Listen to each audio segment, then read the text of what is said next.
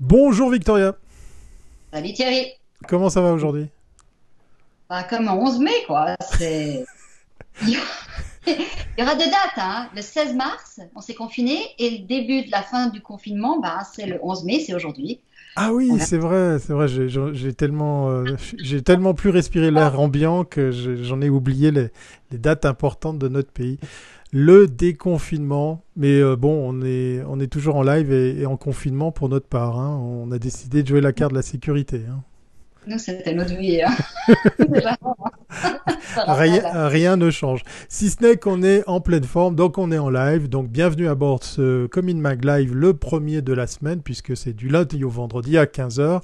Et comme toujours, j'aime à le répéter, vous avez le droit de liker, vous avez le droit de partager, vous avez le droit de commenter, vous avez le droit aussi de venir nous questionner, puisque ce live se veut interactif, même si, Victoria, on le sait, on peut retrouver tout ça sur cominmag.ch en podcast, en audio, en vidéo, enfin voilà. Donc vous avez droit à la deuxième Pour la semaine. newsletter de demain matin. Voilà. Exactement, voilà, dans votre boîte mail.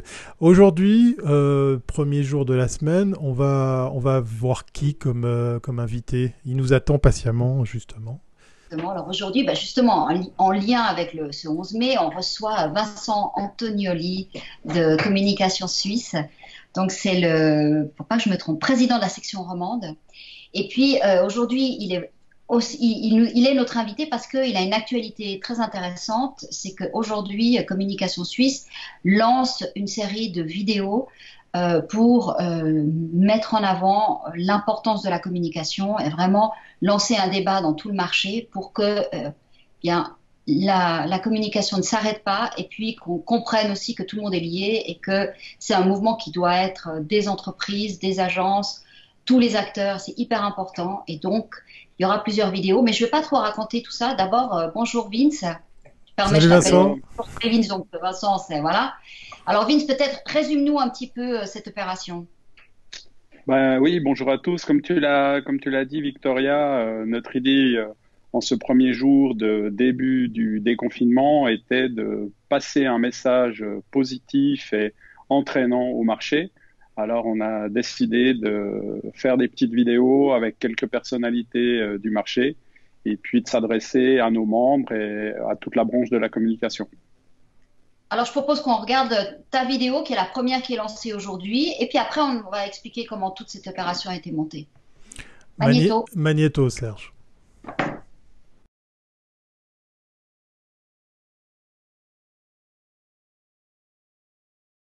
Le coronavirus nous a rappelé qui sont les vrais héros. Il a rapproché les familles. Il a fait la part belle aux services et aux produits locaux. Le virus a également accéléré l'émergence de nouveaux modes de travail, en particulier la digitalisation de certains échanges. Ces dernières semaines, ensemble, nous avons pu contenir la propagation de l'épidémie. La solidarité a été déterminante. Elle l'est encore aujourd'hui au moment où l'économie reprend gentiment ses droits. Comme tous les secteurs d'activité, la branche de la communication a souffert. Mais nous sommes prêts et armés pour relever les défis qui sont les nôtres dans les semaines et les mois à venir. L'été approche. Avec lui, la nature s'embellit. Elle nous offre des paysages colorés, magnifiques, surprenants. Des tableaux auxquels nous sommes de plus en plus attentifs. Une source d'inspiration pour être toujours plus créatifs et novateurs, comme nous l'avons toujours été en cas de contrainte. Alors, soyons solidaires, créatifs et surtout, communiquons.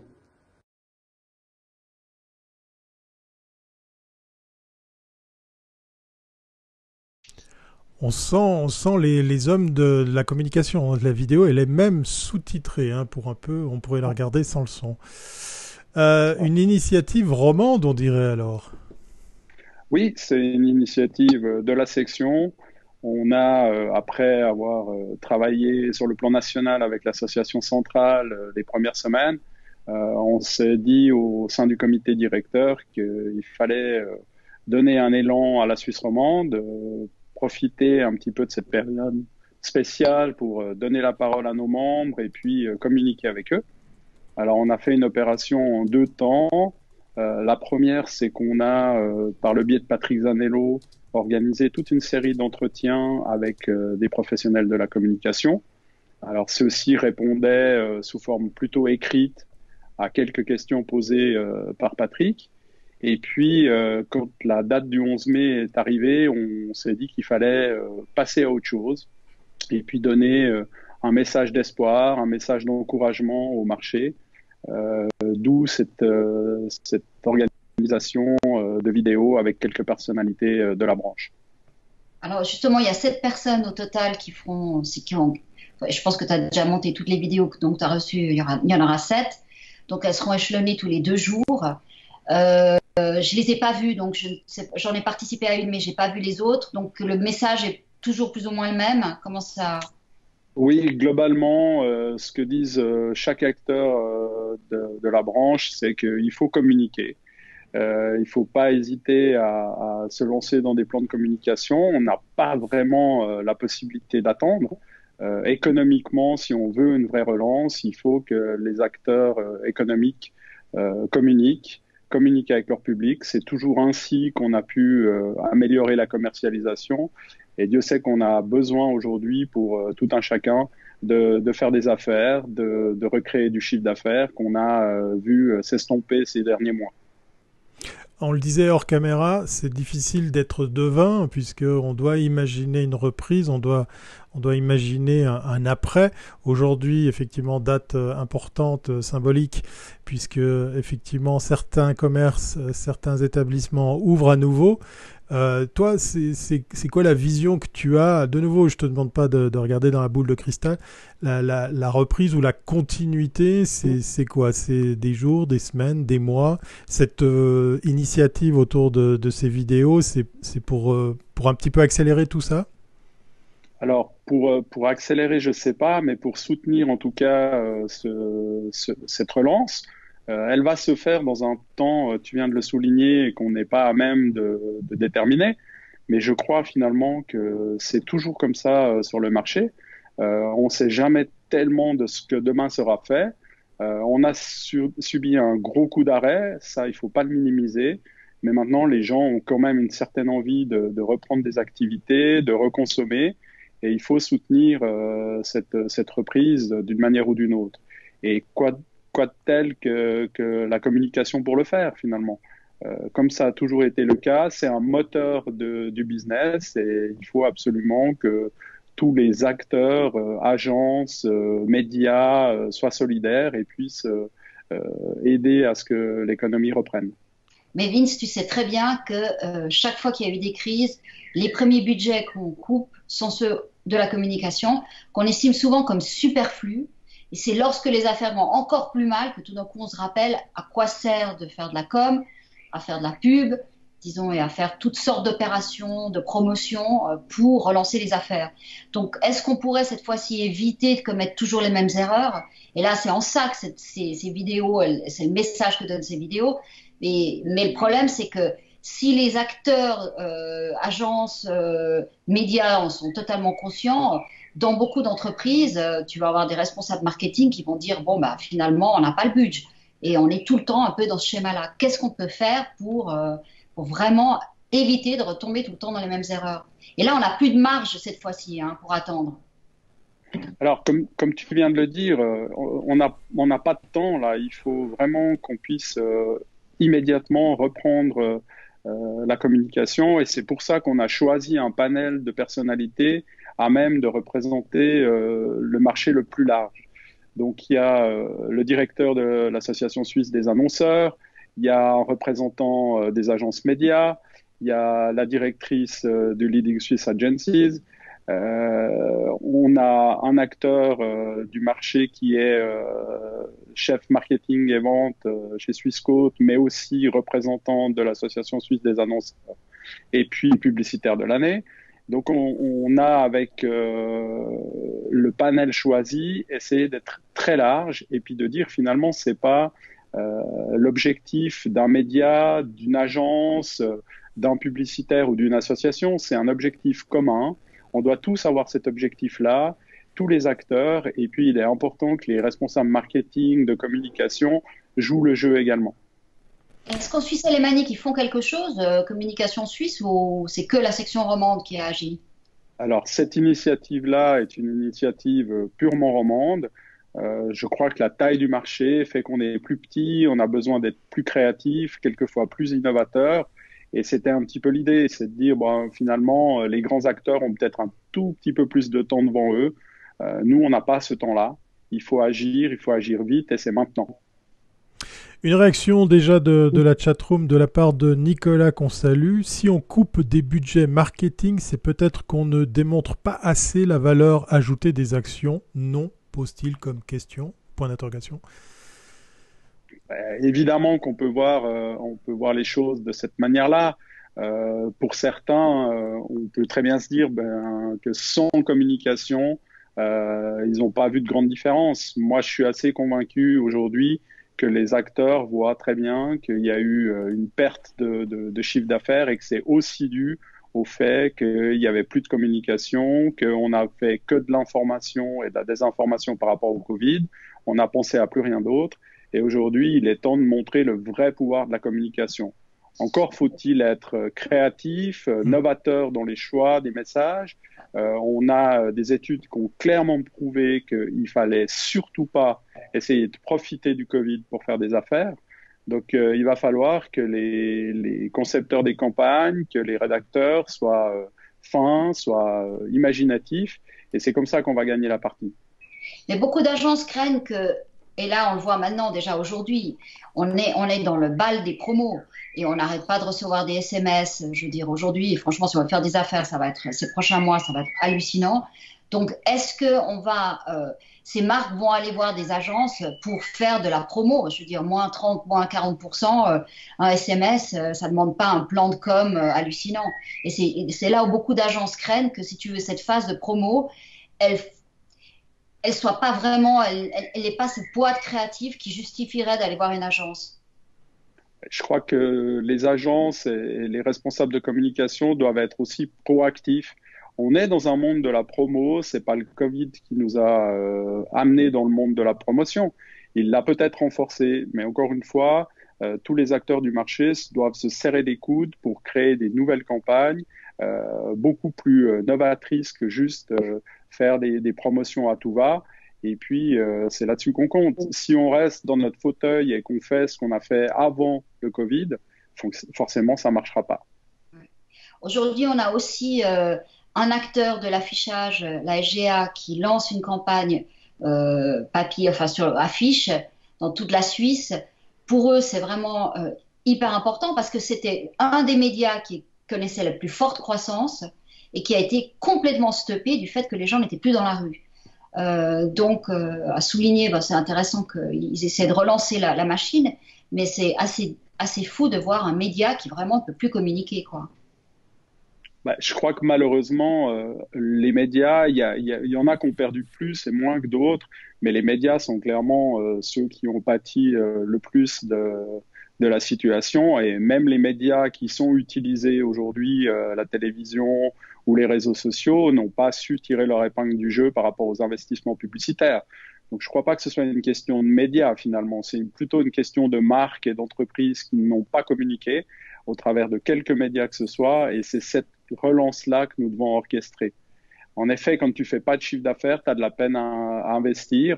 Aujourd'hui, ils doivent tous penser au chiffre d'affaires qu'ils vont faire dans les semaines et mois à venir, et pour cela, il faut qu'ils communiquent pour pouvoir soutenir la relance.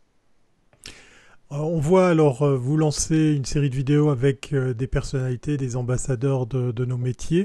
En marge de tout ça, quelle serait la mission nouvelle collée à Communication Suisse en cette période un peu difficile ou franchement compliquée? Quel serait votre objectif pour les métiers de la communication, de la publicité? Est-ce que vous avez été amené à aider, conseiller, accompagner, par exemple, d'autres professionnels de la branche?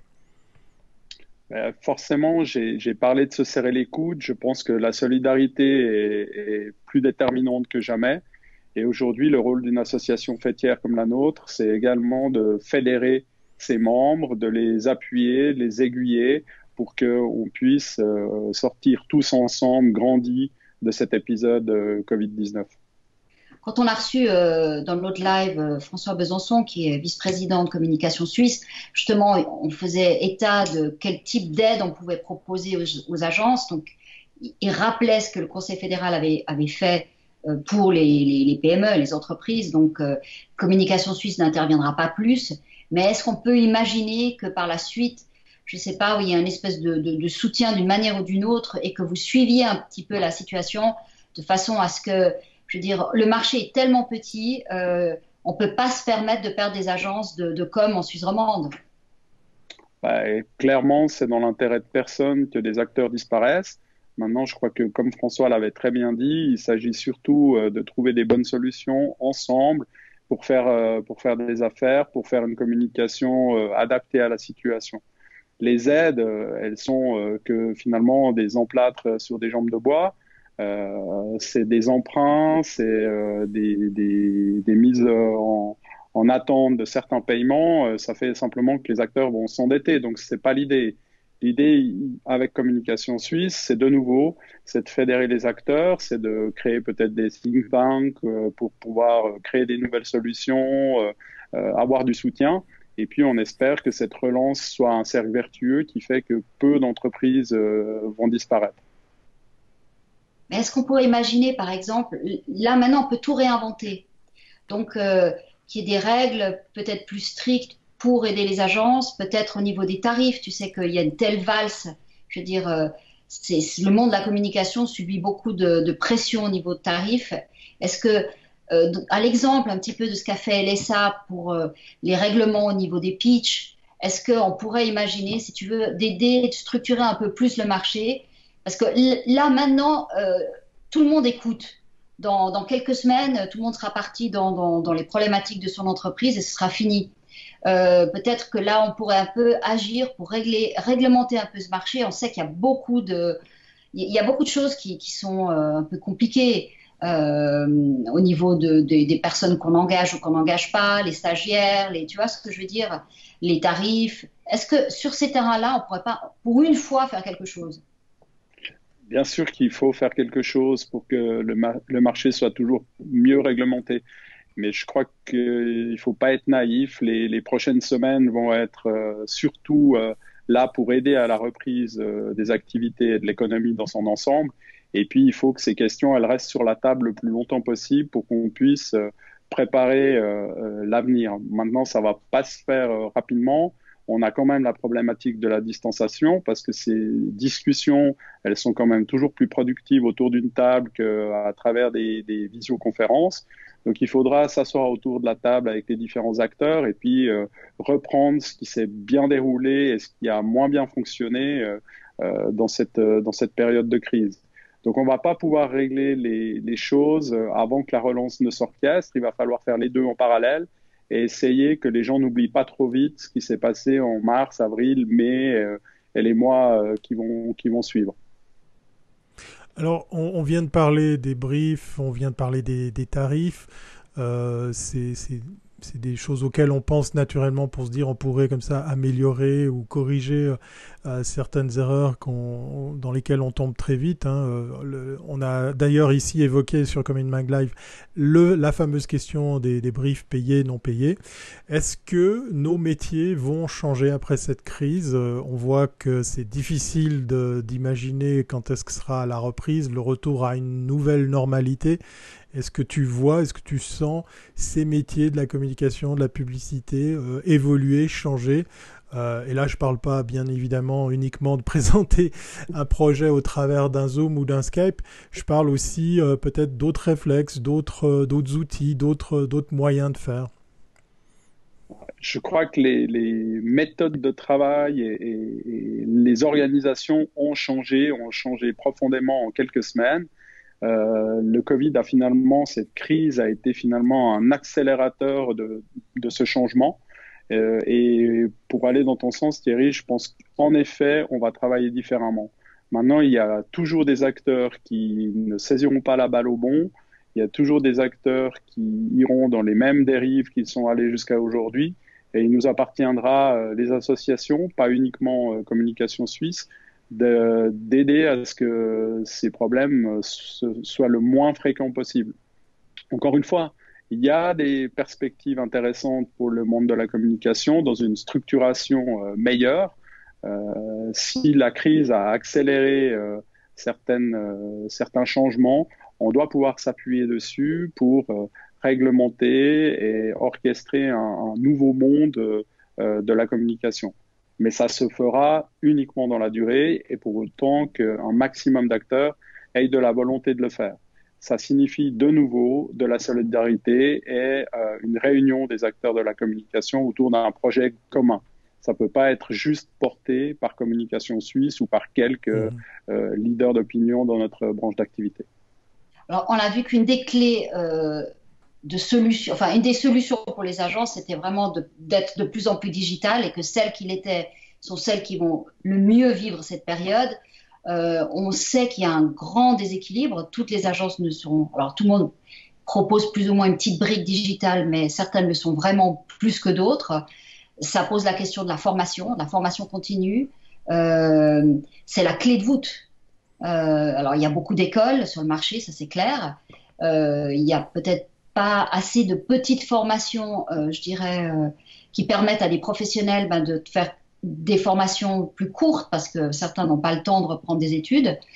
Comment est-ce que tu vois ce marché? Comment est-ce qu'on peut...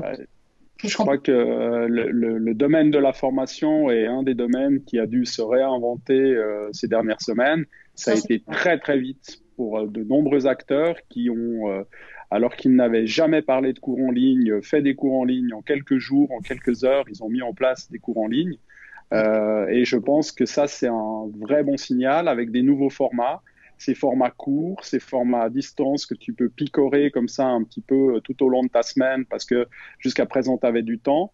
Mais demain, les gens vont faire du télétravail. Ça veut dire qu'ils vont organiser leur travail différemment et ils vont donc pouvoir continuer à suivre des types de formations courtes en ligne. Donc, c'est une vraie opportunité pour les métiers de la communication de pouvoir, si les acteurs de la formation sont dans le coup, offrir des nouvelles perspectives de formation. Maintenant, je reviens juste sur la digitalisation, Victoria. Il faut, je crois, qu'on arrête de parler de cette digitalisation comme étant le Graal. La communication a évolué, mais la digitalisation n'est pas une discipline. On a des nouveaux canaux de communication, c'est essentiel. On a des nouveaux outils pour travailler de manière digitale. Ça s'est encore vu et de manière très forte pendant cette crise, mais le marché de la communication en tant que tel, les métiers n'ont pas évolué que parce qu'il y a une digitalisation. C'est aussi des nouvelles offres, c'est aussi une nouvelle réalité dans la conception des partenariats, dans les contrats qu'on fait avec les clients. C'est tout ça qui doit changer. C'est pas juste mettre une caméra sur son ordinateur et puis dire qu'on s'est digitalisé à cause du Covid-19. Non, ça c'est clair. Non. Oui. Un thème qui nous est cher et d'ailleurs qui fait des émules dans la chatroom, puisqu'effectivement un nouveau message de Nicolas qui nous dit qu'il est totalement d'accord avec toi, Vincent. Je ne comprends pas très bien cette situation. Cette situation est une aubaine pour les agences pour réorienter leur action et aider les PME qui ne sont pas encore sur le digital. Cela fait longtemps que les agences n'ont pas été menacées, mais les agences digitales ne le sont absolument pas. La communication va devenir un axe prioritaire pour les PME ainsi que la digitalisation. Et il posait la question, qu'en penses-tu? En partie, Vincent, tu as répondu. On va peut-être d'ailleurs insister, Victoria, sur ce fameux terme de digitalisation qu'on s'est promis de plus utiliser, puisqu'effectivement... tous les jours, mais voilà, même, c'est fou, c'est fou. C'était justement ce que je voulais que Vince amène, parce que c'est clair que c'est une opportunité, une très grande opportunité aujourd'hui, et puis que beaucoup d'entreprises vont devoir changer de modèle. On voit bien, elles ont le pas de la visioconférence qui semblait impossible il y a quelques mois et très compliqué. Le télétravail. Les outils sont très très simples. Le problème, c'est pas d'adapter un outil, c'est d'adapter toute la structure, la façon de travailler autour de ces outils. Et puis la manière de penser et comment toucher son client parce que lui, il est déjà sur ces outils. Donc là, on voit bien qu'il y a un modèle qui est complètement à repenser au niveau des entreprises, surtout des PME. Alors c'est vrai que arriver sur ces outils, des fois, ça a un coût. Et si on ne paye pas le coût, il y a aussi un coût de sécurité, parce que je veux dire, quand c'est gratuit, c'est nos produits, et donc là, ça devient dangereux. Et là, les agences sont au service. Et après, effectivement, il faut aussi proposer des campagnes, proposer simplement une nouvelle forme de dialogue. Là, tu le vois avec ton agence, Vince, c'est ce que vous faites. Avec Debout sur la table, c'est vraiment de parler avec le consommateur d'une autre manière. Et ça, je pense que maintenant, les gens seront franchement plus réceptifs et ça va être beaucoup plus facile de faire comprendre enfin ce qu'on n'arrête pas de dire depuis très longtemps, mais que pour certains, c'était quand même une barrière technologique. Oui, une barrière technologique ou une barrière culturelle. On a beaucoup d'exemples, hein, et on a parlé de la formation tout à l'heure, des écoles qui parlaient pas de formation en ligne ou à distance qui s'y sont mises facilement. Le télétravail, de nombreuses entreprises nous ont dit que ça marchait pas et puis qu'il fallait pas le faire, etc. Et aujourd'hui, elles y sont. Et est-ce qu'elles vont revenir en arrière? On ne sait pas. Peut-être qu'on n'espère pas. Donc, c'est vraiment un changement fondamental. Un exemple, c'est le e-commerce. Ça fait des années qu'on nous dit le e-commerce va tout bouffer, va tout ramasser, etc. Mais les acteurs locaux ne s'y sont pas mis parce que manque de moyens, manque d'ambition, ils ont préféré rester sur le marché tel qu'il était jusqu'à aujourd'hui. Ces 8 dernières semaines, ils ont dû créer des portails de e-commerce, des boutiques en ligne.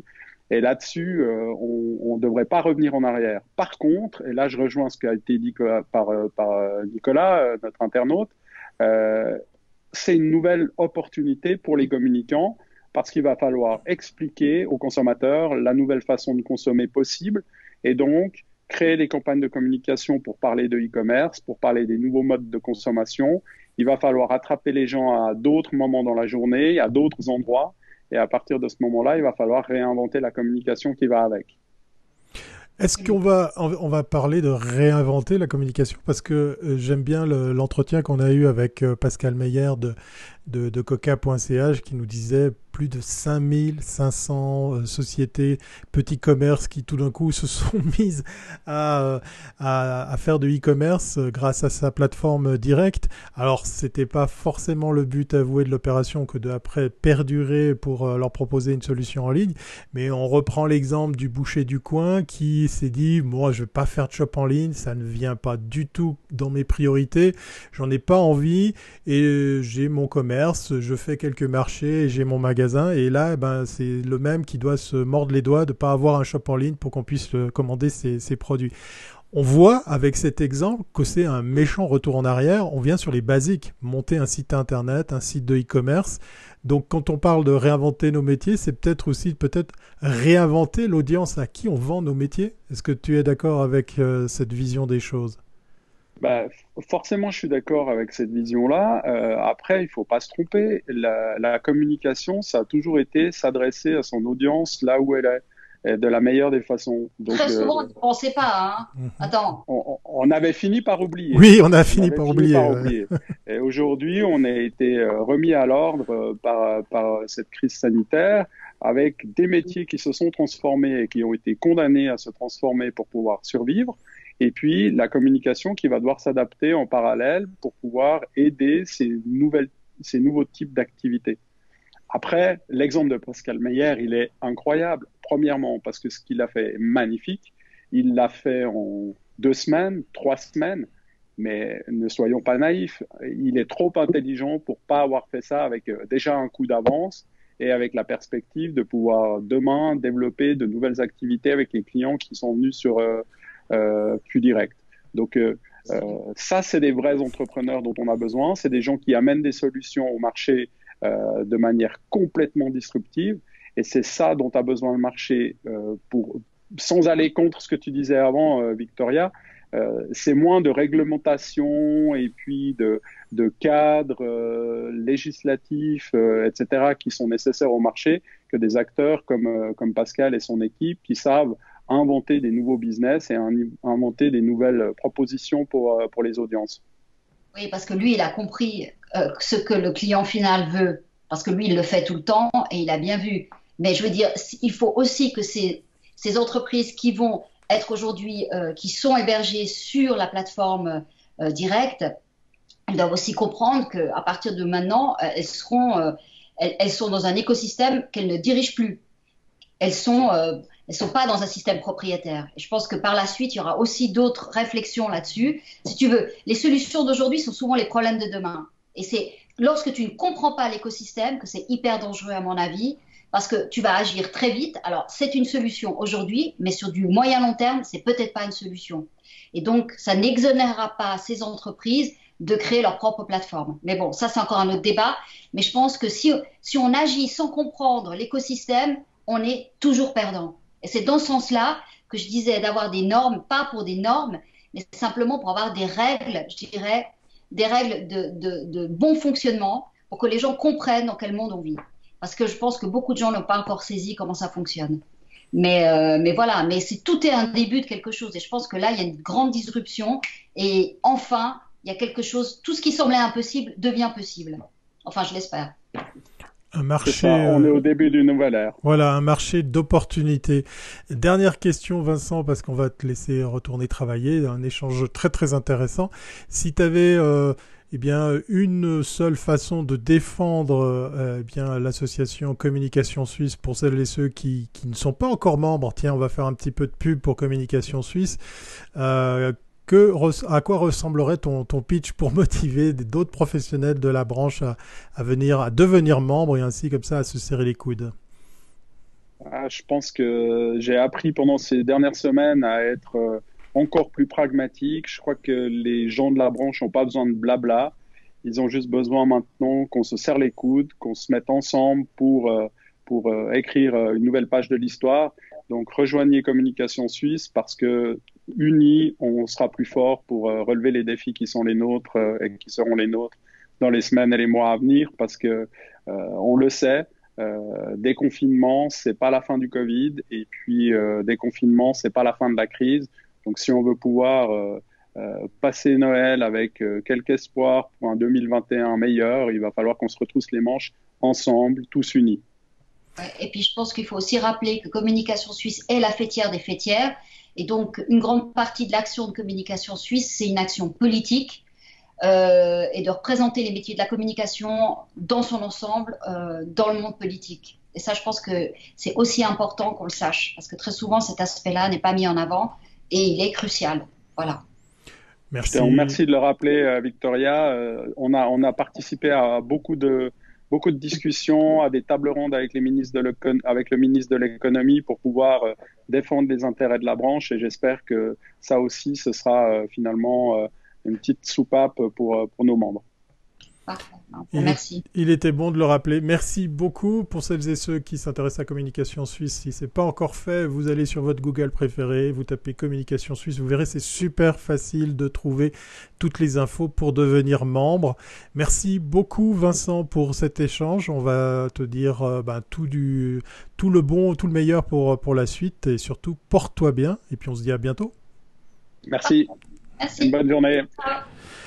Victoria, on arrive à la fin de cet épisode. Alors avant de te dire au revoir, je rappelle juste à notre audience que vous avez le droit de partager, de liker, vous avez le droit de revenir en deuxième semaine. Vous trouvez tout ça sur communmag.ch, sur les bonnes vieilles plateformes de réseaux sociaux. On a un monstre succès sur LinkedIn. On remercie celles et ceux qui partagent ces épisodes. Et puis avant de se dire au revoir, je crois que tu as un scoop pour faire un peu de teasing pour l'épisode de demain. Allez, demain, on a Darius qui vient parler avec nous. Darius, voilà. Le Darius, le grand. Alors on se donne rendez-vous demain 15h pour parler et échanger avec Darius Rochebin. Et puis d'ici là, on se dit à très bientôt, c'est pas avant. Et surtout, portez-vous bien. À demain. À demain. Ciao, ciao. Ciao, ciao.